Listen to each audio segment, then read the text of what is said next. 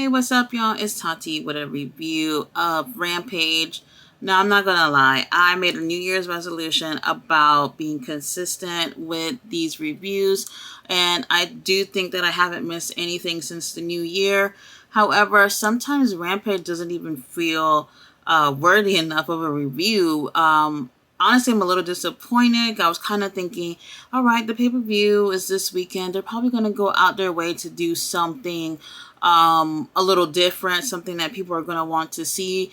And unfortunately, it does not happen that way.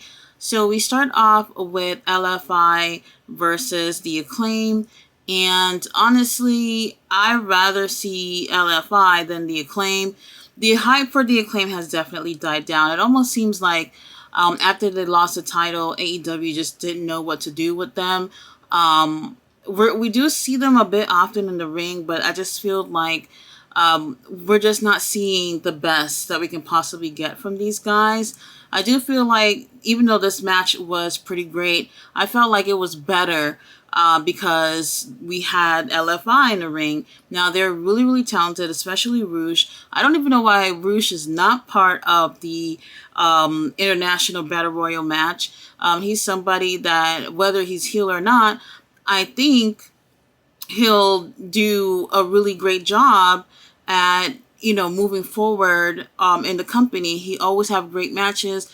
And with that match he had with Jungle Boy the other day, I really felt like Rouge looked better in that match compared to Jungle Boy. But either way, this match was okay. Nothing special about this. The Acclaim does end up taking the win. I don't understand why they won that trios match and we're not seeing them versus the House of Black at Double or Nothing, but I wouldn't be surprised if they do end up announcing that. Since there is an open challenge, they might as well take it. Next, we had Ethan Page and the Guns in action against some jobbers. Now, I honestly don't know who they are. None of them seem recognizable to me. Now, this wasn't exactly a squash match. I think it lasts like 5 minutes. The thing is that when they do things like this is supposed to show at the very last second that Ethan Page and the Guns are on the same page and they have some chemistry together. It's supposed to help make them look good going into the pay-per-view. And to be honest, this match did not change my mind about how I felt about them before they got in the ring. So honestly, I don't see that they've did anything special here at all. Now, after this match, we do have the Hardys come out with Brother Zay. Brother Zay has a neck injury and can't be in the match. So now we have Hook taking his place.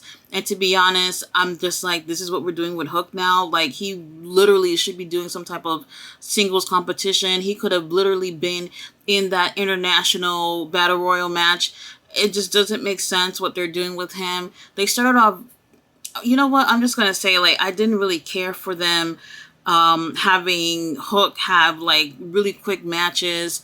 To be honest, I don't think that's effective when it comes to building a wrestler. But they started off something with Hook, and now it seems like they've dropped that. So I don't know what's going on.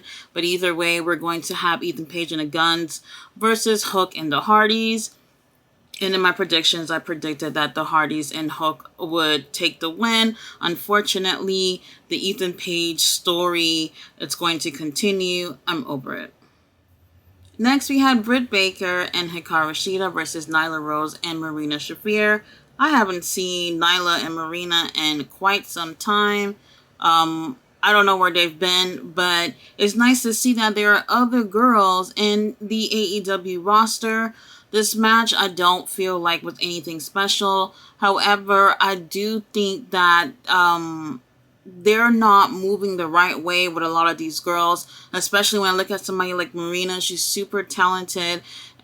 She can do all types of things, but she's in the ring constantly jobbing, and she's somebody that I really thought that they would do a lot bigger things with.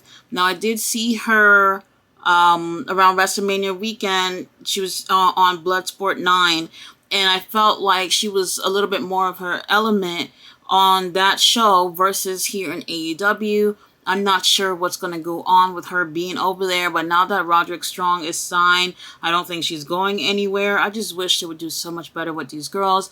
If anything, I wouldn't mind seeing Nyla or Marina on ROH. I do feel like they're doing a little bit better with the girls over there. Now, nothing special about this match. You guys already know Britt and Hikaru Shida ends up taking the win. I wish I could see more from these other girls on the roster. I'm over this whole Outcast storyline. It's just ridiculous. Alright, y'all, main event time. We have Big Bill and Lee Moriarty versus the Best Friends. Now, what I would like to see moving forward, I do like Big Bill and Lee together as a tag team. Issue is with them is that I would like to see more personality with them and them, having some mic skills. I hope they get a chance to work on that because I do feel like at some point, both these guys can be able to have successful single runs, but they do need some help with things. And this is a great time while they're tagging to be able to help elevate those types of qualities. Now, this was a great match. Everybody here usually have decent matches or whatnot. The difference here is that throughout this match, we actually have the other participants in the international title match at the Double or Nothing. They're all in the audience watching the show. Right after that match, obviously, I forgot to say, Big Bill and Lee end up taking the win, which I was really surprised about.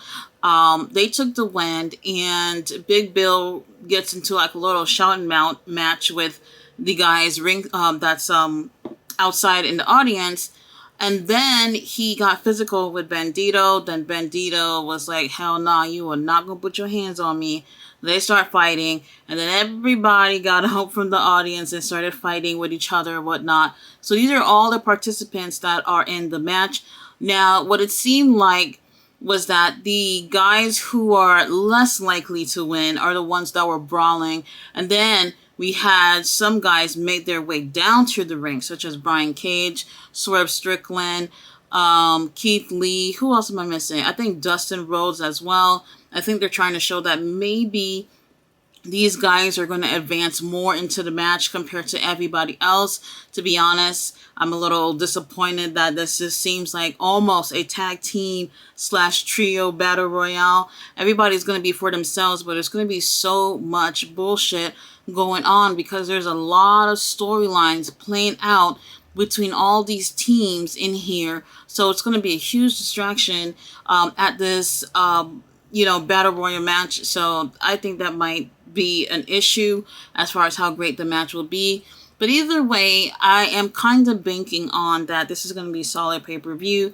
They did this with Revolution where the build to it was not that great. The Rampage and the Dynamite was not that great going into it. But the pay-per-view was so good. So I'm kind of hoping that will be the case here too. However, the issue with that is that they're supposed to show that the pay-per-view may be good before the pay-per-view so that people can actually buy it. I'm kind of hoping they reach some type of agreement with some type of streaming service so they can add AEW content on there and they'll be able to have a PLE service like WWE or even a discounted price with their pay-per-view, something, because $50 is too much. Things have changed with time, and now it's all about streaming or whatever. AEW can make a lot of money if they're able to find a really great deal with a great streaming service. So I hope that's what they go for in the near future, because this is crazy. There's a lot of pay-per-views coming up this summer. Forbidden Door is next after Double or Nothing, and they need to start getting the ball rolling on that. Guys, thanks so much for watching my review. I'll be back with Double or Nothing review tomorrow. Bye.